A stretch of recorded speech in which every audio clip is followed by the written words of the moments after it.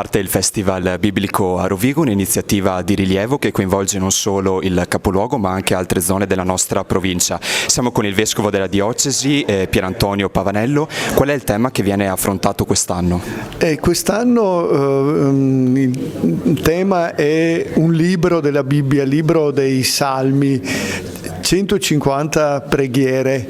Detto così potrebbe sembrare un tema che non è interessante, un po' fuori degli interessi dell'opinione pubblica. In realtà non è così, perché il libro dei Salmi è un libro che raccoglie le grandi domande dell'umanità di ieri e di oggi, di sempre, e dà una risposta di fede che diventa preghiera, diventa invocazione. In questo senso è un libro estremamente attuale, perché oggi lo vediamo un po' continuamente, ma lo vediamo soprattutto anche nei giovani, nei ragazzi.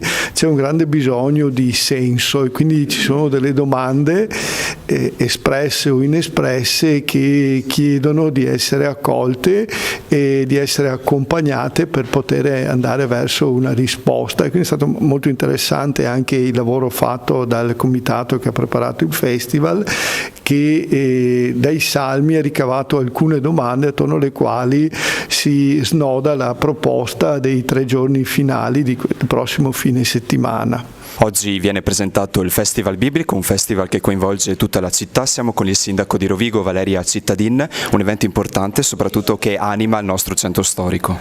Sì, questa è un'ulteriore iniziativa importante che anima il nostro maggio, e ritengo che sia importante proprio dal punto di vista culturale, perché i temi che tratta il Festival Biblico rendono trasversale, al di fuori dei soliti luoghi canonici di culto, temi importanti, attualizzati anche ravvivati anche da cultura, arte, e quindi è un ulteriore evento che rende viva la nostra città con uno spessore culturale sicuramente rilevante.